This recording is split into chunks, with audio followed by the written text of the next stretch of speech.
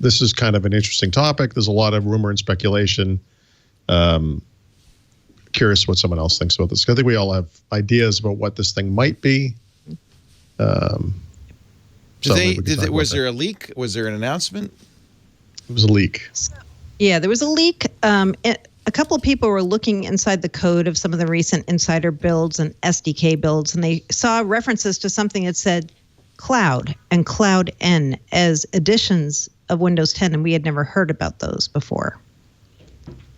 So then the game of hunting it down began, and we all started pinging our sources and saying, what is this? Is this actually like something like streaming from the cloud? Is it like a new subscription plan? What is it? So I'll tell you what my sources said. Mine said, this cloud edition has nothing to do with the cloud. It's a perfect name. Perfect name. Yeah. Like it's just a name they're using. And it's more like if you think about Windows RT, it's more kind of like that. But why they're calling it cloud? I know. Because why? I understand. Okay. Why? It's if you were going to do a lightweight Chromebook competitor, and Microsoft has announced such things for education, the cloud becomes very important because you don't have a lot of storage, right? That's the whole idea of the Chromebook. Many users can share a single Chromebook. You just log onto your Google account, and your stuff's all visible. It makes a lot of sense to me. It's a cloud book. In fact, didn't there used to be such a thing as a cloud book? Remember that? Who did that? Those are pretty much netbooks. Yeah. Newer netbooks. So it's the return of the cloud book, only this time with more power. Well, we don't know. I mean, that seems reasonable, though, right?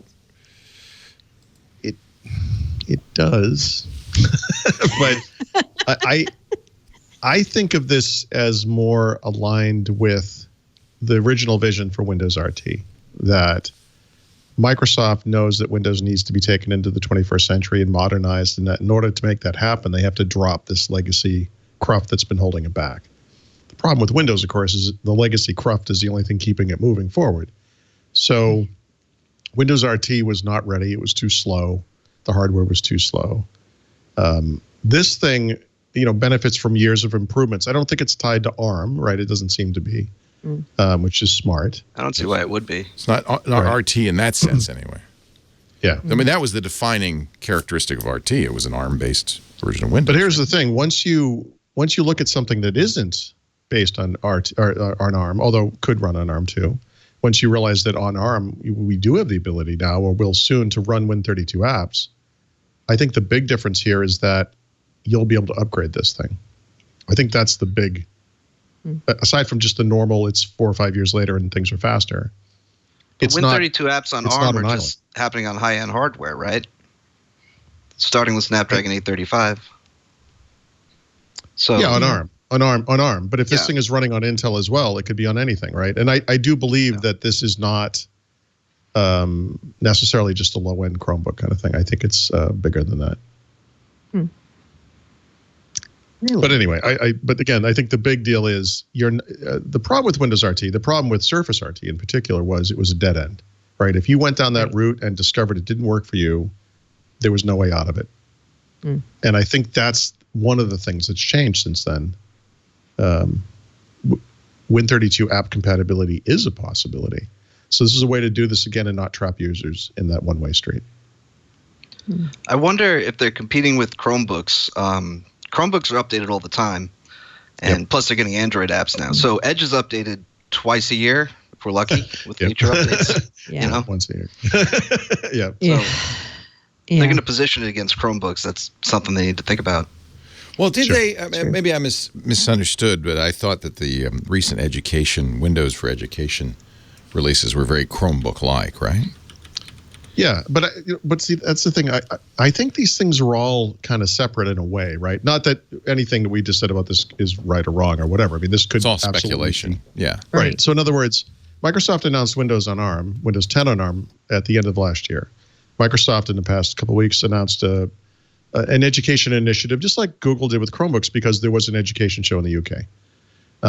Microsoft now, we've seen leaked, they haven't announced it, but there are these leaks about this thing called Windows 10 Cloud, and we naturally want to connect the pieces here like these things are all related, but it doesn't mean they're not, but it also doesn't mean that they are, right? Because my knee-jerk reaction to Windows 10 Cloud, without even understanding what it is to think immediately of Windows 10 on ARM, and is also to kind of think about Chromebooks, right? To see it as sort of a, that kind of a thing. I mean, there is some controversy right now, right, about the way updates will be deferred going forward on all versions of Windows 10 except for Windows 10 Home, right? And so you could kind of make the argument that these lower-end devices, which might run cloud, might run home, could be stuck in that infinite update loop, like Chromebook is. Not that it's stuck on Chromebook; it works on Chromebook, but that's part of the deal, right? They're always kept up to date.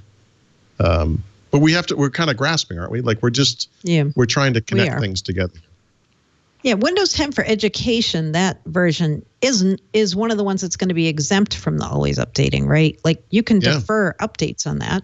Right. So the question is, one question is, will you be able to defer updates on this Windows 10 Cloud or not? I wouldn't think so. But it's called Windows 10 Cloud. It's going to be I know. Something that they update always on, right? Well, yeah, you don't even need to update. I mean, if you use I'm sure you all use Chromebooks. You don't get a notice really unless you have to reboot. Yeah. Mm-hmm. Yeah. I'm curious if it will run, because we've heard Windows on ARM is going to have x86 emulation, right? But will this particular version of Windows support that or not?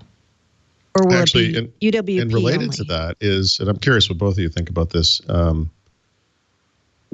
We talk about like UWP apps running on this thing, right? Basically, is that the idea? But is it UWP apps or is it store apps? And do store apps include Centennial apps? I was wondering the same thing. I mean, that's a very important distinction because I would argue that this can't be UWP only. It can't be, because if you give someone a computer and you say you can go to the store and download some of the apps, that is not a solution, right? That's a huge problem. It has to run store apps across the board. Right. If that app is in the store, it has to work on this system. It has to. UWP would leave you without Windows 8 apps, which anything that hasn't been updated for UWP is in a pretty terrible state, but you still need a Kindle app, whatever else is in there. And you need Centennial apps. And I think, and that's the thing, and that makes it very interesting. And that tells me that Win32 is on this thing. It's just cut off somehow. That they've implemented something that I'm sure hackers will contravene that will prevent people from going to the web and downloading EXEs or installing them or whatever. I'm sure it's some little block, something like that. And that makes this, again, like I said, I think that's part of the rationale behind my statement earlier that I think this thing will be upgradable. So it's not a dead end. It's not a one-way street. And I think that's important because Windows RT, so many of those people, I think, felt betrayed after they got this thing. And they're like, this looks just like Windows, but it doesn't run Windows applications. Yeah. Right. You can't do that. People would be confused. They would ask me, this thing says it runs on Windows 7 and better, but it doesn't work on my Surface. And so imagine, so here it's like 5 years later or whatever years, 3 or 4 years later. And they're going to do that again. It's like, that really sucked for people last time. Let's do it again. That doesn't make sense, does it? I know. Yeah. Although, when my sources talked to me about what this is, they said, remember when Microsoft did that Windows 8.1 SKU with Bing? And so what that was 8.1 with Bing preset as a search engine that users could change after they bought the PC. But the idea was give OEM something that's free. The condition is Bing has to be set as the default search engine. And that's kind of the trade-off. It's like a marketing trade-off. And it's meant to be kind of something more geared toward giving OEMs what they need, and then they pass that on to the consumer without charging them for the operating system more than they would if it was a higher end, like a Pro version. So why is it called Windows 10 Cloud? Right. Why is it literally called just Windows 10 Cloud? What is why? Like, what would be the point of that name? Well, it's better than Bing Edition. It is. Yes. Yep. Yeah. The other reason I thought of is, and that's one of our items in our show notes today, is we're going to talk about earnings and how all Wall Street wants to hear about is cloud anymore. So it could just be a nod to we're cloud first, mobile first. Right. And it does sound like something that could compete with Chromebooks. Right. Yeah. Because they're all about internet connectivity. Yeah. They have to stop running those Pawn Stars commercials up there and do that.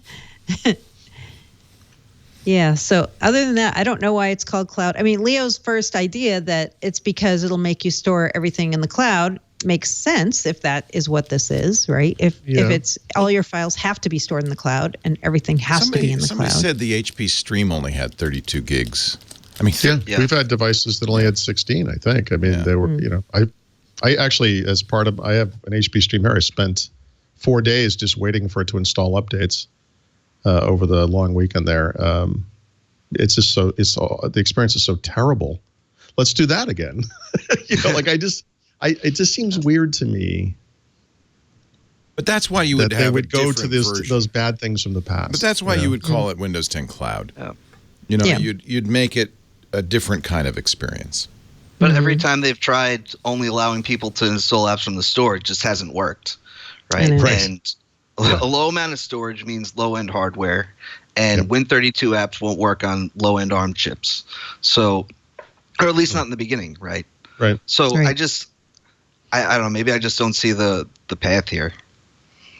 I don't think any of us are seeing the path here. Yeah. I think that's kind of the problem. That's pretty much it's especially if you understand what they did in the past. It's hard to reconcile what we've heard about this with the past. Like, it just makes no sense. Yeah. What if? Let me throw this crazy idea. What if on ARM you're going to be able to run x86 in emulation, but only if they're Centennial apps from the store? That would make sense. Yep. That would make sense, but that x86 emulation isn't. It's going to start with the Snapdragon 835, and then I assume that they'll work their way down to lower end chips over time, but that's going to be a while. Is it too late to bring back the Android bridge?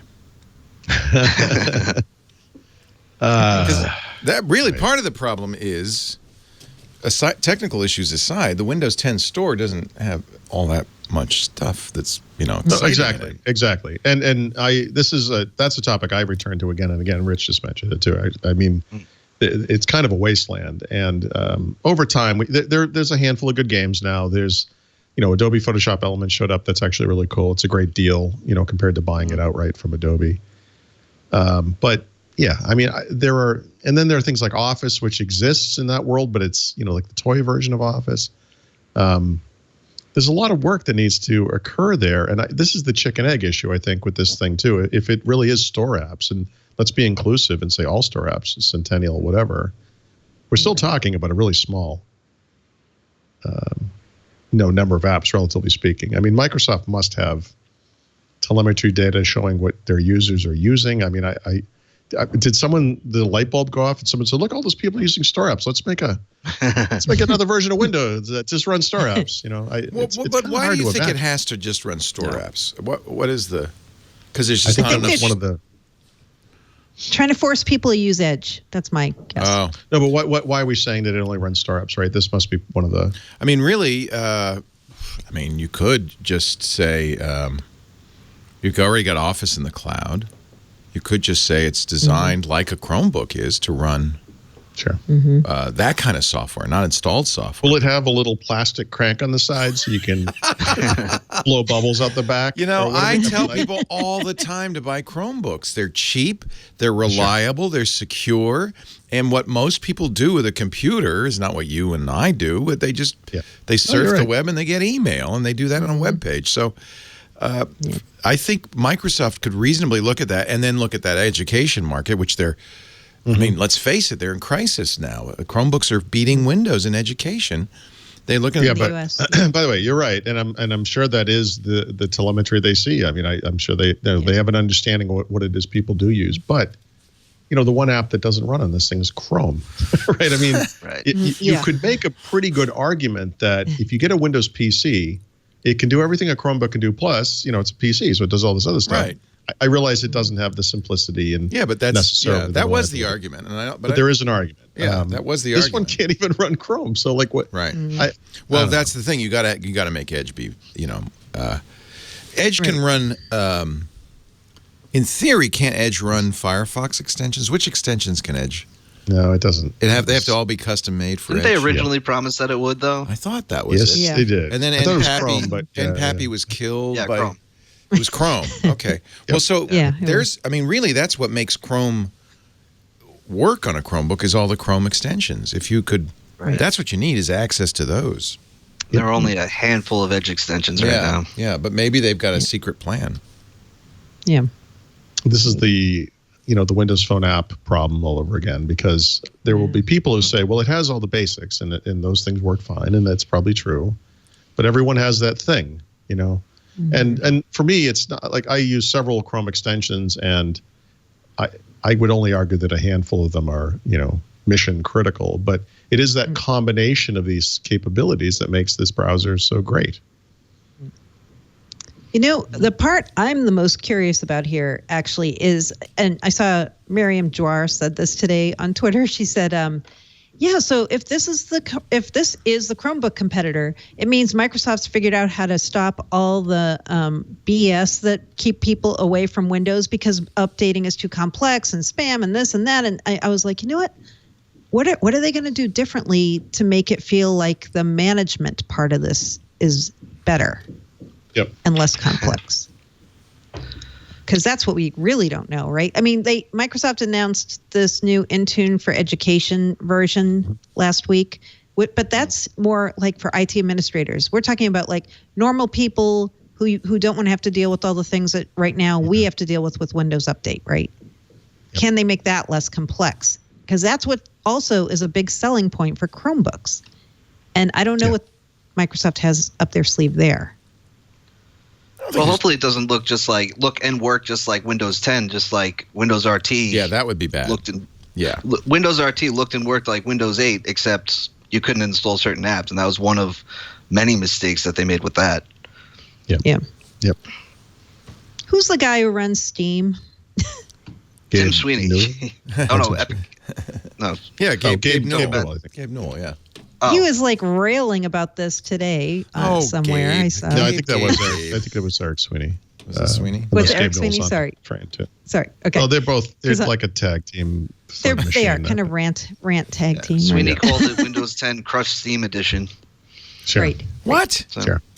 Yeah, because the thing that won't run any games is the thing that's going to kill the games. No gamer buys. No, come on. You don't buy a Chromebook to play games either. He's been talking about this since last July, something like that. Yep. Oh, goofy. That's just goofy. Sorry. He can't give up on this. Yeah. Yeah, he's like the dog at the end of the street that won't stop barking. Yep. Yeah. Well, he laid out a 5-year plan last time about how Microsoft was going to gradually kill Steam. So obviously this is part of that plan. Schools don't want a computer that can play Steam. One of the reasons they use Chromebooks is you can't run Minecraft on it, All right. Well, anyway, fun speculating with you kids. Yeah. What else can we tell you what we don't know about? Just out of curiosity, this is all based on what one line in a. Well, no. Yeah. Actually, do we know what's the list of things we know about this? Like, what do we actually know? Like, why are we saying all this stuff? We know that inside of some of the recent insider builds, there is a list of the different versions of Windows 10, and it's listed as Cloud, and there's also a Cloud N. So, the N version is the one without media player. Sorry? Wasn't there a Cloud Retail also? Cloud OEM, Cloud Retail? Yeah. Okay. Was there? Yep. So, so it is literally a product edition then, right? It's just like Windows 10 Pro, just like Windows 10 Home. Yep. Education. Okay. Right. Yep. Okay. Yep.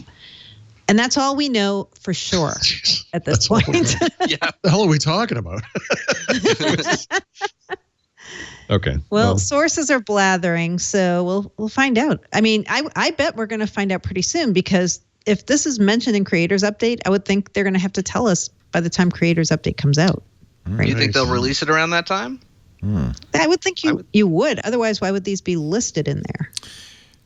And I do like the name Windows 10 Crush Steam Edition. I really like that. Yeah, I do too. I think they should go with that. I think it's like a Siri type thing. You should be able to name it, like whatever you want. Yes, boss. That's what Siri calls me, boss. Lisa made Siri call her goddess of the universe, which I thought Wow. Yeah. Even Sari was slightly taken aback by that one. My goodness. Oh.